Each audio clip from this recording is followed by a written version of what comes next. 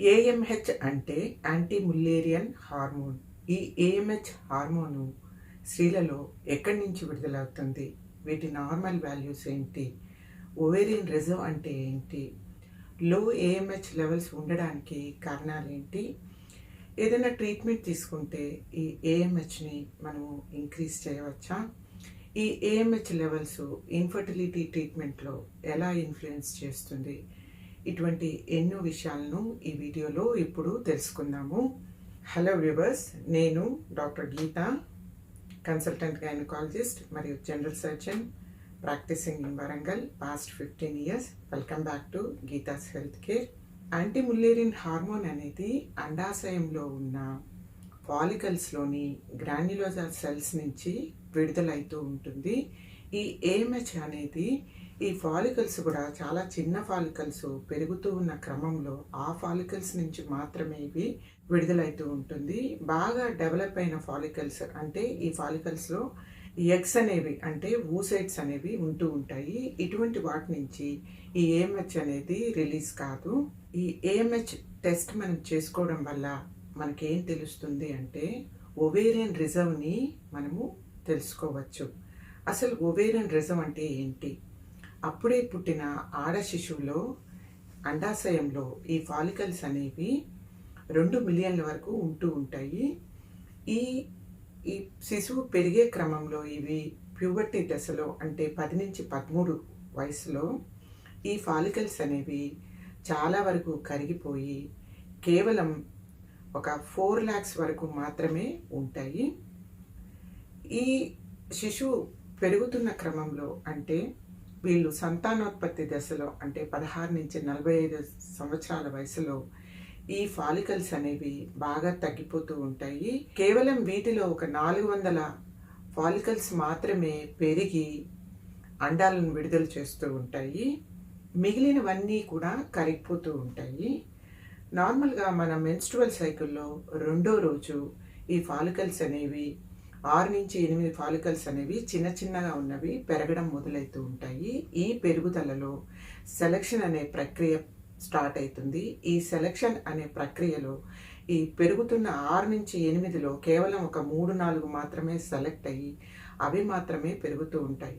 Dominance అనే ప్రక్రియ కూడా మొదలవుతూ ఉంటుంది. ఈ డామినెన్స్ ప్రక్రియ మొదలైనప్పుడు ఈ 3-4 ఫాలికల్స్లో కేవలం ఒక ఫాలికల్ మాత్రమే పెరిగి పెద్దదయ్యి అందులో నుంచి మాత్రమే ఈ అండం అనేది విడుదలవుతూ ఉంటుంది.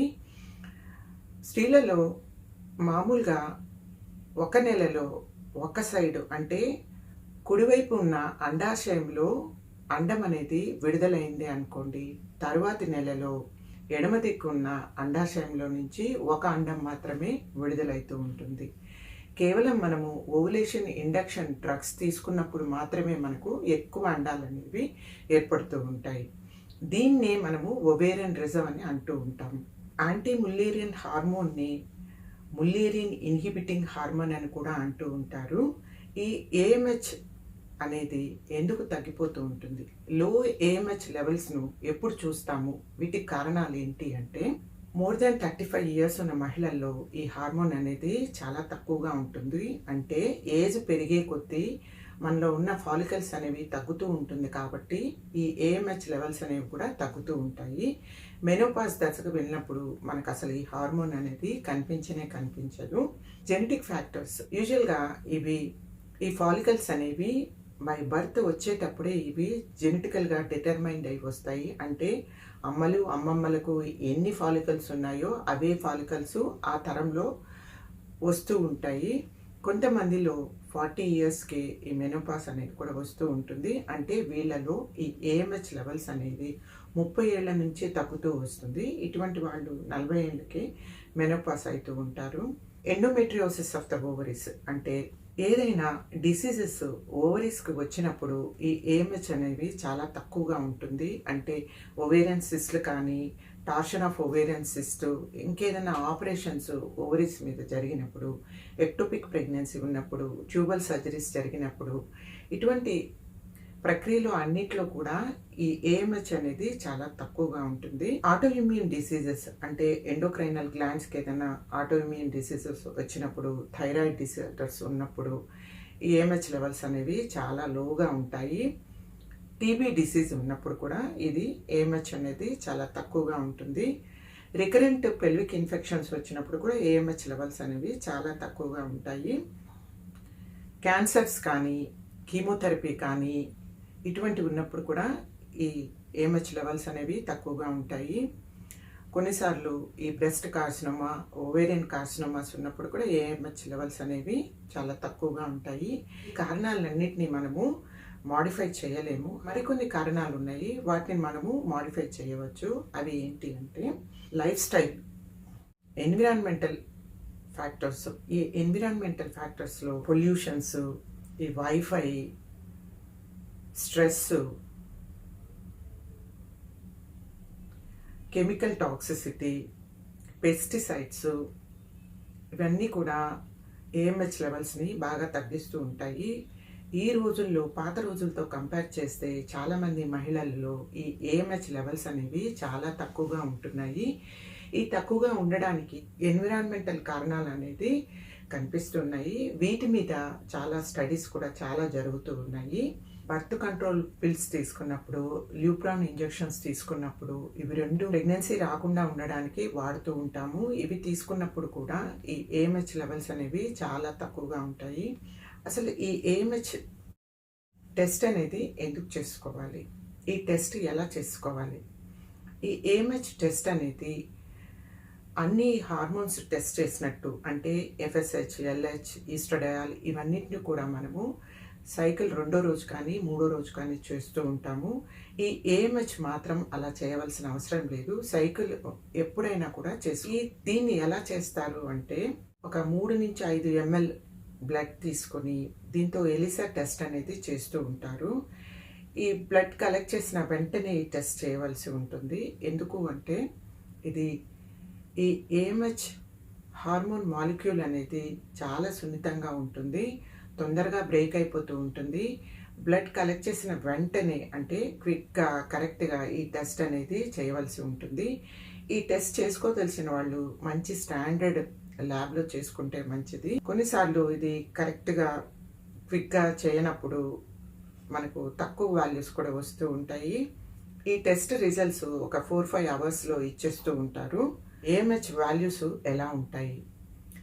నార్మల్గా ఈ ఏఎంహెచ్ వాల్యూస్ని 1.5 నుంచి 3 నానోగ్రామ్స్ పర్ ఎంఎల్గా తీసుకుంటూ ఉంటారు.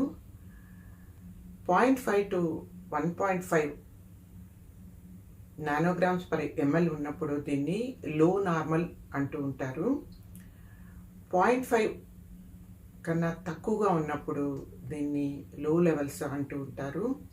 3 కన్నా ఎక్కువగా ఉన్నప్పుడు హై వాల్యూస్ అని అంటూ ఉంటారు. నార్మల్ మెన్స్ట్రువల్ సైకిల్లో సెకండ్ డే యాంట్రల్ ఫాలికల్స్ని మనం చూసినప్పుడు అవి 6 to 8గా ఉంటూ ఉంటాయి. ఇది వీళ్ళలో ఈ ఏఎంహెచ్ లెవెల్స్ అనేవి 1.5 to 3గా ఉంటూ ఉంటుంది.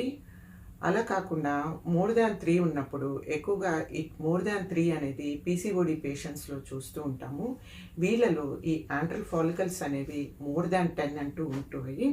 0.5 నానోగ్రామ్స్ పర్ ఎంఎల్ కన్నా తక్కువగా ఉన్న వీళ్ళలో ఈ ఫాలికల్స్ అనేవి లెస్ దాన్ 3గా ఉంటాయి. ఇలా ఉన్నప్పుడు దీన్ని పూర్ ఓవేరియన్ రిజర్వ్ అని అంటూ ఉంటారు.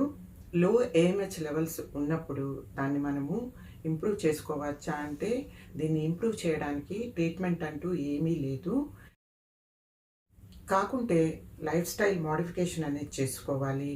ఓబేస్ ఉంటే వెయిట్ రిడక్షన్ అనేది తప్పకుండా చేసుకోవాలి. స్ట్రెస్ని తగ్గించుకోవాల్సి ఉంటుంది.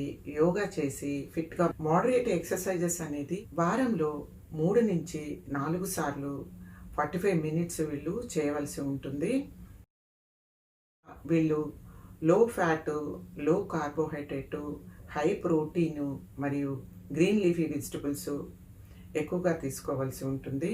దీంతోపాటు ఫ్రూట్స్ ఇటువంటివన్నీ కూడా వైటమిన్స్, మినరల్స్, యాంటీ ఆక్సిడెంట్స్ వీళ్ళ డైట్లో ఇంక్లూడ్ చేసుకోవాల్సి ఉంటుంది.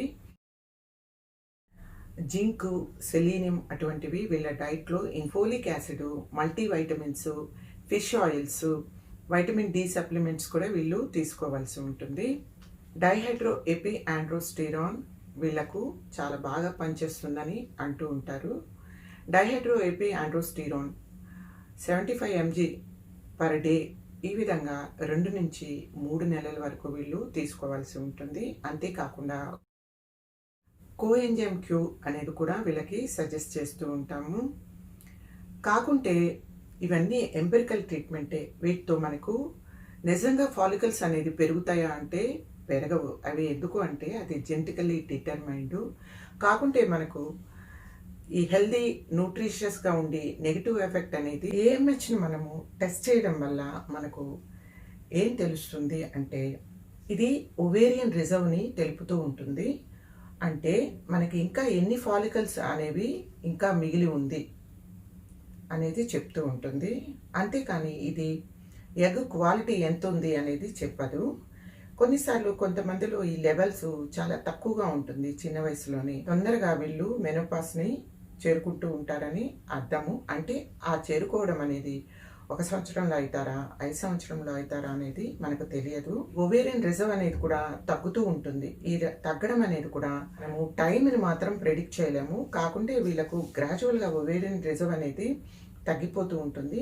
యంగ్ ఏజ్లో ఈ ఏఎంహెచ్ లెవెల్స్ తక్కువగా ఉన్నప్పుడు మనం ఆ పేషెంట్స్ని కాషియస్ చేయొచ్చు. అంటే వీళ్ళు తొందరగా వీళ్ళ ప్రెగ్నెన్సీని అంటే వీళ్ళ ఫ్యామిలీని వీళ్ళు కంప్లీట్ చేసుకోవాల్సి ఉంటుంది. మనము ఈ ఇన్ఫర్టిలిటీ ట్రీట్మెంట్లో ఇది మనకు ఎగ్ క్వాలిటీని గురించి ఏమీ మనకు చెప్పదు. ఏఎంహెచ్ లెవెల్స్ తక్కువగా ఉన్న మహిళలకి ప్రెగ్నెన్సీ రాదు అనేది మనము చెప్పలేము. ఎందుకు అంటే ఏఎంహెచ్ లెవెల్స్ ఏం చెప్తుందంటే ఓన్లీ ఫాలికల్స్ అనేవి తక్కువగా ఉన్నాయి అనేది మాత్రమే చెప్తాయి. అంతేకాని ఆ మహిళలకు ప్రెగ్నెన్సీ ఛాన్స్ ఉందా లేదా అనేది మన ఈ ఐవీఎఫ్ ట్రీట్మెంట్లో కానీ వీళ్ళు నెంబర్ ఆఫ్ ఛాన్సెస్ ఎన్ని తీసుకోవాలి, ఎన్నిసార్లు చేసుకోవాలి, సక్సెస్ రేట్ ఏంటి, ఇటువంటివన్నీ మనకి ఏమీ చెప్పదు. ఇన్ఫర్టిలిటీలో ఈ ఏఎంహెచ్ లెవెల్స్ ఏ రకంగా ఉపయోగపడుతుంది అంటే AMH levels less than 0.5 nanograms per ML అని ఉంది అనుకోండి. అంటే ఇటువంటి మహిళలకి ఈ ఓవులేషన్ ఇండక్షన్ అనేది చాలా అగ్రెసివ్గా అంటే చాలా అగ్రెసివ్ ప్రోటోకాల్స్ అనేది వీళ్ళకు ఫాలో అవ్వవలసి ఉంటుంది. అంతేకాకుండా హై డోసెస్ మెడిసిన్ అనేది వీళ్ళకు ఇవ్వవలసి ఉంటుంది. కొన్నిసార్లు కొన్ని సైకిల్స్ కూడా వీళ్ళకు క్యాన్సిల్ అయిపోతూ ఉంటుంది. ఎందుకు అంటే వీళ్ళకు పూర్ ఓవేరియన్ రిజర్వ్ అనేది ఉంటుంది. వీళ్ళకు ఎంతో డ్రగ్ ఇచ్చి ఎన్నో ఇంజెక్షన్స్ ఇచ్చి ఓవులేషన్ ఇండక్షన్ చేసినా కూడా వీళ్ళకు ఆ ఫాలికల్స్ అనేవి డెవలప్ అవ్వవు, వీళ్ళకు అండాలు అనేది ఏర్పడవు. అటువంటి అప్పుడు సైకిల్స్ అనేవి క్యాన్సిల్ అవుతూ ఉంటుంది. ఏఎంహెచ్ లెవెల్స్ అనేవి 3/4 అలా ఉంది అనుకోండి. అంటే వీళ్ళలో ఎక్కువగా పీసీఓడి ఉన్న పేషెంట్స్లో మనకు హై ఏఎంహెచ్ లెవెల్స్ని మనం చూస్తూ ఉంటాము. పేషెంట్స్ ఇండక్షన్కి చాలా ఎక్కువ అగ్రెసివ్గా రెస్పాండ్ అవుతూ ఉంటారు. ఈ రెస్పాన్స్ వల్ల వీళ్ళకి ఫాలికల్స్ అనేవి మోర్ దాన్ 10 అంటూ వస్తూ ఉంటుంది. అంటే వీళ్ళు హైపర్ స్టిమ్యులేషన్ స్టేట్లోకి వెళ్తూ ఉంటారు. ఈ హైపర్ స్టిమ్యులేషన్ అనేది చాలా ప్రమాదకరము. సో మనకు ఈ ఏఎంహెచ్ లెవెల్స్ ఏం చెప్తుందంటే లెవెల్స్ని బట్టి వీళ్ళకి ఇండక్షన్ డోసేజ్ అనేది మనము ప్రిడిక్ట్ చేయవచ్చు. అంటే వీళ్ళకి ఎక్కువ ఇవ్వాలా తక్కువ ఇవ్వాలా అనేది మాత్రమే మనకు తెలుస్తుంది. ఇన్ఫర్టిలిటీ ట్రీట్మెంట్లో ఈ లో ఏఎంహెచ్ ఉన్నప్పుడు వీళ్ళకు ఇన్ఫర్టిలిటీ ఆప్షన్ అనేది అంటే ఏది తీసుకోవాలి, ఎటువంటి ఫర్టిలిటీ ఆప్షన్ వీళ్ళకి సెలెక్ట్ చేసుకోవాలి అని అంటే ఏజ్ని బట్టి ఎక్కువగా సెలెక్ట్ చేసుకోవాల్సి ఉంటుంది. అంటే ఇప్పుడు కొత్తగా మ్యారేజ్ అయిన కపుల్ ఉన్నారు, ఆమెకి లో ఏఎంహెచ్ లెవెల్ ఉంది. కాకుంటే వాళ్ళకి మ్యారిటల్ లైఫ్ ఒక 2 years అయింది అనుకోండి. ఇటువంటి వాళ్ళలో మనము న్యాచురల్ సైకిల్కి వెళ్ళవచ్చు. అంటే వీళ్ళకు నార్మల్ బేసిక్ ఓవులేషన్ ఇండక్షన్తో స్టార్ట్ చేసి 1-2 సైకిల్స్ నార్మల్ ఇండక్షన్ ఇచ్చి వీళ్ళకు ట్రై చేయొచ్చు. ఇలా ఇండక్షన్ ఇచ్చినప్పుడు వీళ్ళ ప్రెగ్నెన్సీ ఛాన్సెస్ అనేది ఒక 10% అంటూ ఉంటుంది. అలా కాకుండా ఈ 1-2 సైకిల్స్ వీళ్ళు ఫెయిల్ అయింది అంటే తర్వాత ఐయుఐ అంటే ఆర్టిఫిషియల్ ఇన్సెమినేషన్ కూడా వీళ్ళు 1 to 2 టైమ్స్ ట్రై చేయొచ్చు. ఈ ఐయుఐ ద్వారా వీళ్ళకు సక్సెస్ రేట్ అనేది 20 to 25% వరకు ఉంటుంది. ఇవి 2 సైకిల్స్లో వీళ్ళు కన్సీవ్ కాలేదు అంటే తర్వాత ఐవీఎఫ్ సైకిల్లో వీళ్ళకు కన్సెప్షన్ రేట్స్ అనేది చాలా ఎక్కువగా ఉంటుంది, 50 to 60% ఉంటుంది. 3 సైకిల్స్ వరకు వీళ్ళు ఐవీఎఫ్ని ట్రై చేయవచ్చు. ఇందులో కూడా వీళ్ళు ఫెయిల్ అయినప్పుడు డోనార్ ఎగ్ ఐవీఎఫ్ని ట్రై చేయొచ్చు. ఇందులో వీళ్ళకు ఛాన్సెస్ అనేది 70 to 75% అంటూ ఉంటుంది. కానీ మహిళ అంటే 35 ఏళ్ళ కన్నా ఎక్కువగా ఉన్న మహిళల్లో డైరెక్ట్గా ఐవీఎఫ్ని మనము ప్లాన్ చేయవలసి ఉంటుంది. వీళ్ళకు టైం అనేది చాలా తక్కువగా ఉంటుంది, వీళ్ళకు కన్సెప్షన్ అనేది తొందరగా చేయవలసి ఉంటుంది. ఇటువంటి వాళ్ళలో ఈ లో ఏఎంహెచ్ ఉండి వీళ్ళకి పూర్ ఒవేరియన్ రిజర్వ్ ఉన్నప్పుడు, అంటే వీళ్ళకి ఇండ్యూస్ చేసినా కూడా మనకు కేవలం 3 ఫాలికల్స్ మాత్రమే డెవలప్ అవుతూ ఉంటుంది. ఇటువంటి వాళ్ళలో ఎంబ్రియో పులింగ్ అనేది చాలా బెస్ట్ ఆప్షనల్. ఎందుకు అంటే వీళ్ళకు ఇండక్షన్ స్టార్ట్ చేసినప్పుడు ఒక ఎగ్గే వచ్చిందనుకోండి, ఆ ఒక్క ఎగ్ని స్పౌమ్తో కలిపి ఎంబ్రియోని తయారు చేసి ఆ ఎంబ్రియోని ఫ్రీజ్ చేసి ఉంచాలి. అలాగే 1-2 cycles and multiple cycles stimulation ఇచ్చి వచ్చిన ప్రతి సైకిల్లో వచ్చిన ఒక ఎంబ్రియోని కూడా ఫ్రీజ్ చేసి ఆఖరికి ఒక 3 ఎంబ్రియోలు తయారైనప్పుడు ఈ 3 ఎంబ్రియోలను తీసుకెళ్ళి ఆ మహిళలో ట్రాన్స్ఫర్ చేస్తూ ఉండాలి. ఇలా చేసినప్పుడు ఈ కన్సెప్షన్ రేట్ అనేది చాలా ఎక్కువగా ఉంటుంది. వీళ్ళకు ఈ ఎగ్ ట్రాన్స్ఫర్ చేసేటప్పుడు బ్లాస్టోసిస్ట్ స్టేజ్లో చేసినప్పుడు కన్సెప్షన్ అనేది చాలా ఎక్కువగా ఉంటుంది. ఏఎంహెచ్ని ఇంక్రీజ్ చేయడానికి చాలా సప్లిమెంట్స్ మరియు మెడికేషన్స్ అనేవి చాలా మార్కెట్లో అవైలబుల్గా ఉన్నాయి, కానీ అవి ఏవి పనిచేయవు. ఎందుకు అంటే ఇప్పటి వరకు ఎన్నో సంవత్సరాలుగా వీటి మీద స్టడీ జరుగుతూ ఉంది. ఏ స్టడీలోనూ మనము ఈ ఎగ్స్ని కొత్తగా పుట్టించడం అనేది జరగదు. ఇవన్నీ ఒట్టి ఫ్రాడే. కాబట్టి మీరు దయచేసి వాటి కోసం మీ డబ్బుల్ని వేస్ట్ చేయకండి. మనము ఈ ఎగ్స్ని ఇంప్రూవ్ చేయడము అనేది ఇంపాసిబుల్. న్యూవర్ టెక్నిక్స్ కొన్ని ఉన్నాయి, కాకుండా ఇవన్నీ ఇంకా ఎక్స్పెరిమెంటల్ స్టేజ్లోనే ఉన్నాయి. వీటి గురించి స్టడీస్ చాలా ఎక్కువగా జరుగుతున్నాయి. ఇవి ఏంటి అంటే platelet rich plasma infusion into the ovary, అంటే ఓవరీస్లోకి ఈ ప్లేట్లెట్ రిచ్ ప్లాస్మాను ఇన్ఫ్యూజ్ చేస్తారు. దీని రకంగా బ్లడ్ సప్లై అవి ఇంక్రీజ్ చేయడం వల్ల కొత్త ఫాలికల్స్ని మనము డెవలప్ చేయొచ్చు, అంటే పెరిగేటట్టు చేయవచ్చు అనేది ఒక కాన్సెప్ట్. కాకుంటే అవి ఇంకా ఎక్స్పెరిమెంటల్ స్టేజ్లోనే ఉన్నాయి. Stem cell treatment, mitochondrial transfer, ఆఖరిది ఓవేరియన్ ట్రాన్స్ప్లాంటేషన్, అంటే మనం హార్ట్, లివరు అటువంటి అవయవాలన్నీ ఎలా మనం ఇంప్లాంట్ చేస్తామో వేరే వాళ్ళకి తీసుకొని వచ్చి, అలాగే ఈ ఓవరీని కూడా వేరే వాళ్ళ ఓవరీస్ని తీసుకొచ్చి ఇంప్లాంట్ చేసి వీళ్ళలో ఎగ్స్ రిలీజ్ చేయడానికి చాలా స్టడీస్ అనేవి జరుగుతూ ఉన్నాయి. ఇంకా ఈ స్టడీస్ గురించి మనకు డీటెయిల్గా ఇంకా ఏం తెలియదు. ఏఎంహెచ్ లెవెల్స్ గురించి మీకు ఒక మంచి అవగాహన వచ్చి ఉంటుందని అనుకుంటున్నాను. ఈ వీడియో మీకు ఎంతో హెల్ప్ఫుల్గా ఉంటుందని ఆశిస్తున్నాను. మీకు ఈ వీడియో నచ్చితే తప్పకుండా లైక్ చేయండి, ఛానల్ని సబ్స్క్రైబ్ చేసుకోండి. చాలామంది సబ్స్క్రైబ్ చేసుకోవడం మర్చిపోతున్నారు. సబ్స్క్రైబ్ చేసుకోవడం అనేది మర్చిపోకండి. Stay healthy and stay blessed. Thanks for watching. Namaste.